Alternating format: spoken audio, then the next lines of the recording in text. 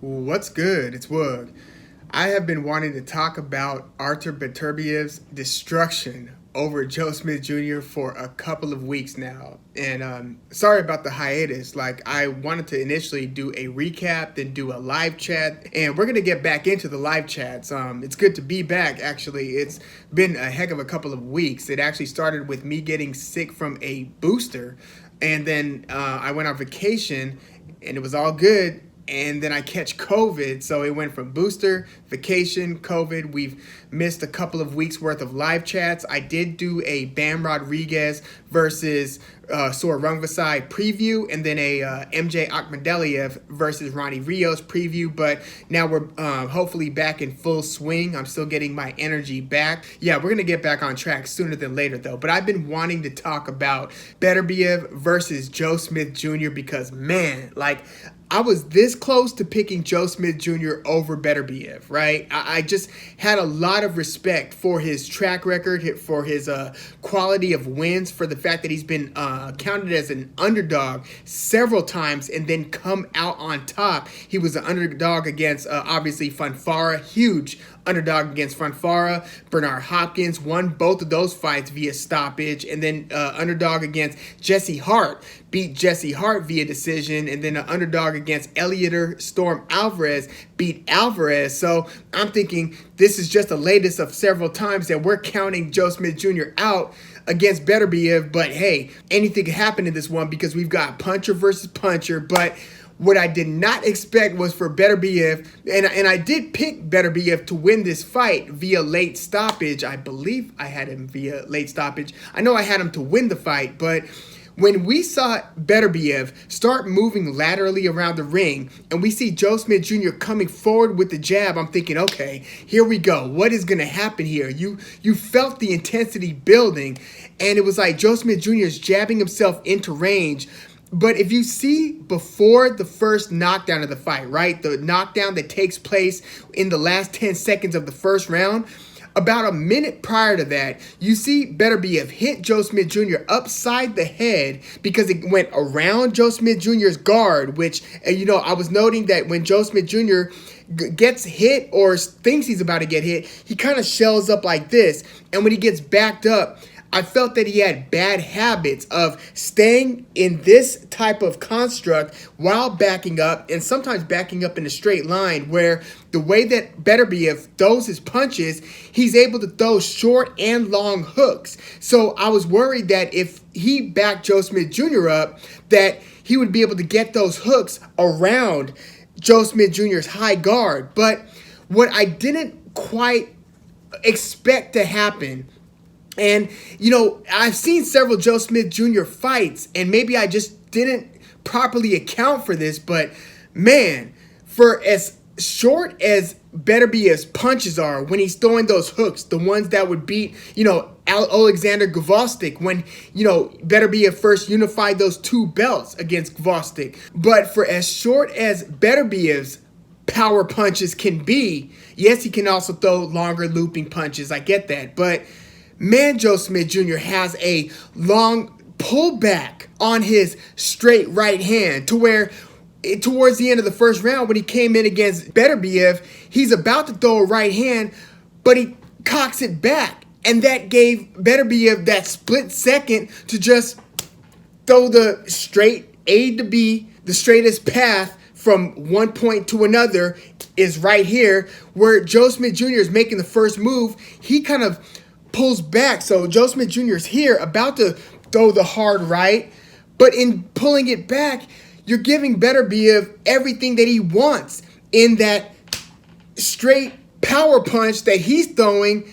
Just caught Joe Smith Jr. so flush, dropped him at the end of the first round. It looked like it was an off-balance knockdown, but it's like, nah, you just walked into a power punch thrown by, and I said this before the fight, one of the most destructive forces in boxing.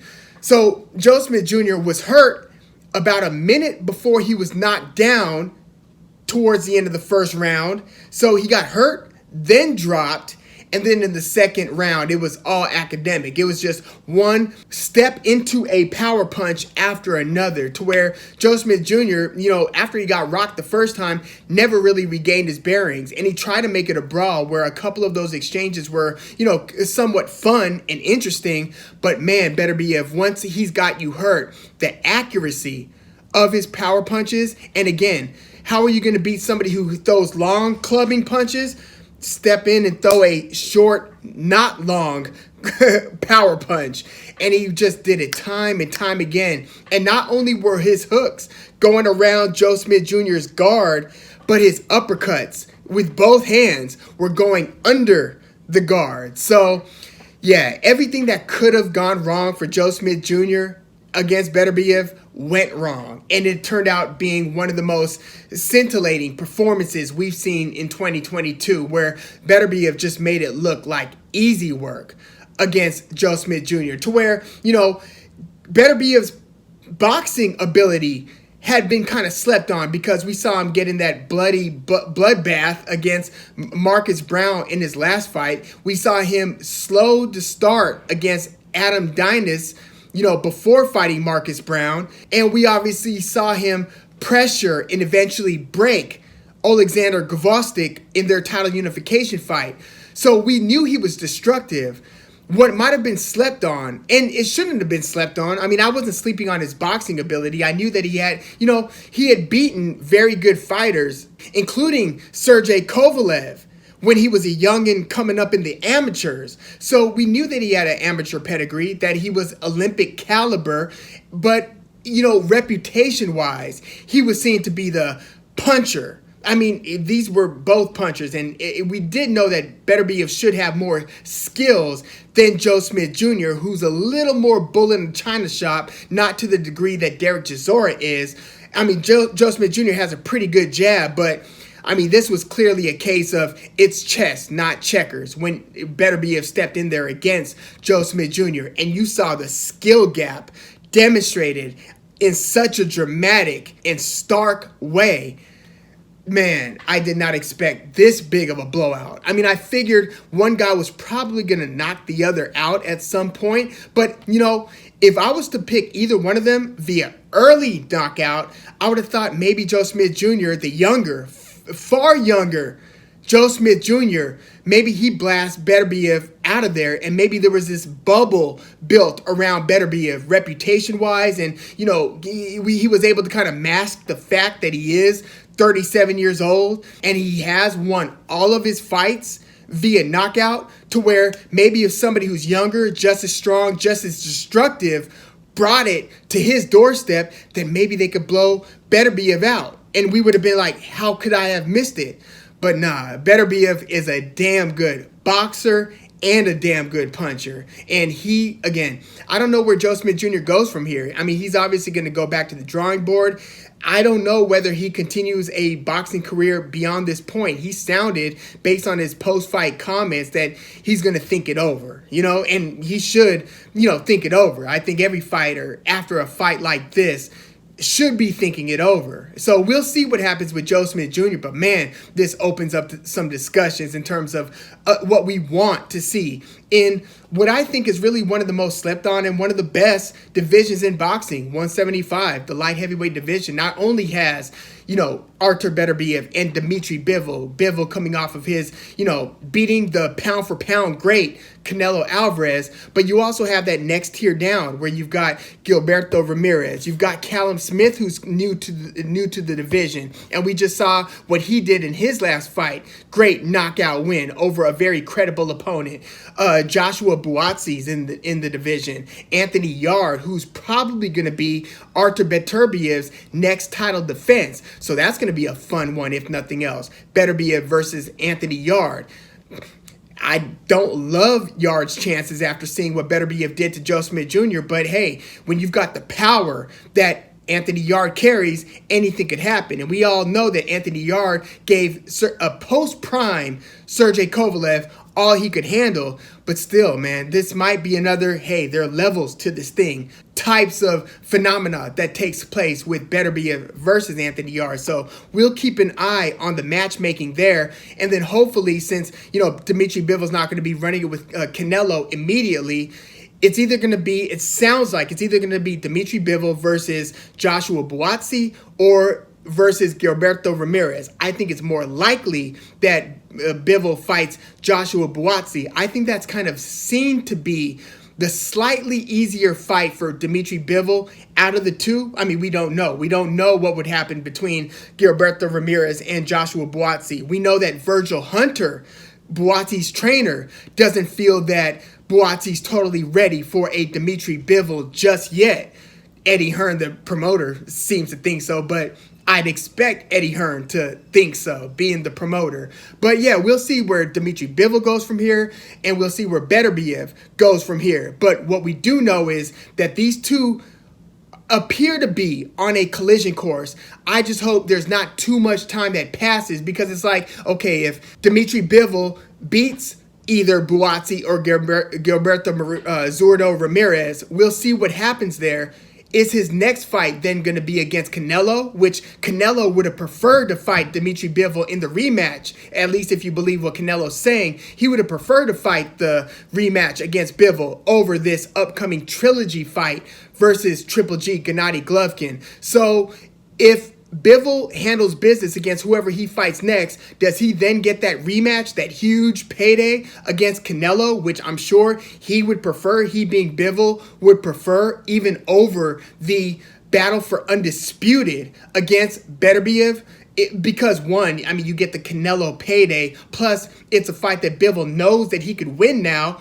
So do we get, basically, how long will Beterbiev have to wait before he fights Bivol? Because Beterbiev wants to fight Bivol. He was asked, do you want to defend your title against a mandatory, against, Anthony Yarde, who was in the crowd for Beterbiev versus Smith. Beterbiev straight up said in the ring after the fight, no, I think it's much more important that I fight a title unification fight against Dmitry Bivol. Again, it would be the battle for undisputed, since Bivol holds the WBA and Beterbiev holds all three other belts. The question is, Beterbiev at 37 right now, how long is he going to have to wait to fight Bivol? Is he going to have to wait 2 more fights from Bivol? Bivol versus either Buatsi or Ramirez, and Bivol versus Canelo? If that's the case, we might have a 38-year-old or even 39-year-old Artur Beterbiev entering the ring against Dmitry Bivol. And I like his chances much less if he's 38, 39 years old versus the Beterbiev that we just saw in the ring against Joe Smith Jr. But yeah, man, that was a destructive fight. And it became so abundantly clear early, like, wow, Joe Smith Jr. is in trouble.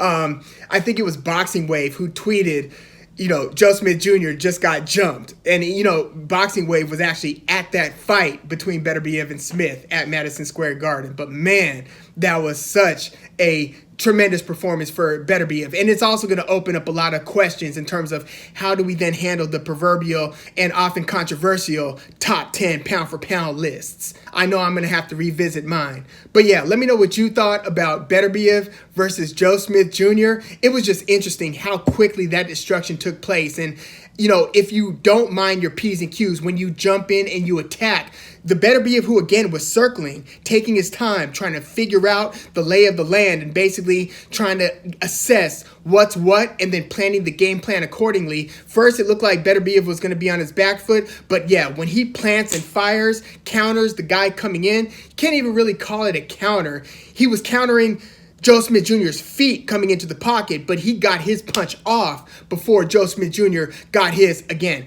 pull back. Like, I got to rewatch more Joe Smith fights and see if this was something that he's been doing with his right hand, where he's throwing instead of a type of punch. It just looked like it was right for the pickings, and maybe we all just missed it against Beterbiev. But yeah, Beterbiev, tremendously short punches. Like, after watching the fight, I was texting my cousin saying Beterbiev's power is that of somebody who, instead of doing like the barbell bench press, which, weightlifting and boxing, they don't necessarily go hand in hand, but there's like the long, bench press muscle where you've got the barbell that's going across and you're pressing it that way versus doing the dumbbell and just doing it, boom. It's a much shorter trajectory than doing the long press. Joe Smith Jr. was doing the long punch, pull back and throw. Beterbiev was just here to here, and the power that he's able to generate with such short hooks and power punches, whether you're talking about the short uppercuts or those hooks that could either go around the guard or just short of the guard. So you could have a guard back here and he could still get the chin and face area because of the way that he positions his feet when he's throwing these two-handed power punch attacks. It's pretty brilliant. But yeah, we need to take a long, hard look at the entirety of Artur Beterbiev's skill set after this one, and then assess what we think or how we think Beterbiev versus Bivol. I hope we get that at some point, how that plays out. Because, we didn't get the last great light heavyweight fight that should have happened between longtime champion Adonis Stevenson and longtime champion Sergey Kovalev. We did get Ward when he came up to 175 for a couple years. We got Ward versus Kovalev, but we never got the Adonis Stevenson versus Sergey Kovalev showdown. I hope that same thing doesn't happen with Artur Beterbiev and Dmitry Bivol, because remember, it was Gvozdyk that ended Adonis Stevenson's long reign. It was almost Badu Jack before that, where Adonis Stevenson was so tired in the second half of that fight and looked like he was just on the brink of getting finished. He was hanging on by the end of that one. So he was an old Adonis Stevenson by the time he fought Gvozdyk. Again, I hope that's not the case with Beterbiev versus Bivol. We want to see that fight sooner rather than later, just like we don't want to see Terrence Crawford be fighting, Errol Spence Jr. when he's like 36 years old. I don't love that he's going to probably be 35 years old by the time that one happens. You just want to see these fights that matter happen when we know that both guys are still in their primes. But yeah, let me know what you thought about Beterbiev versus Smith in the comments. And please, like the video, subscribe to the channel if you were into the fight talk. I'm Woog. Thanks for tuning in.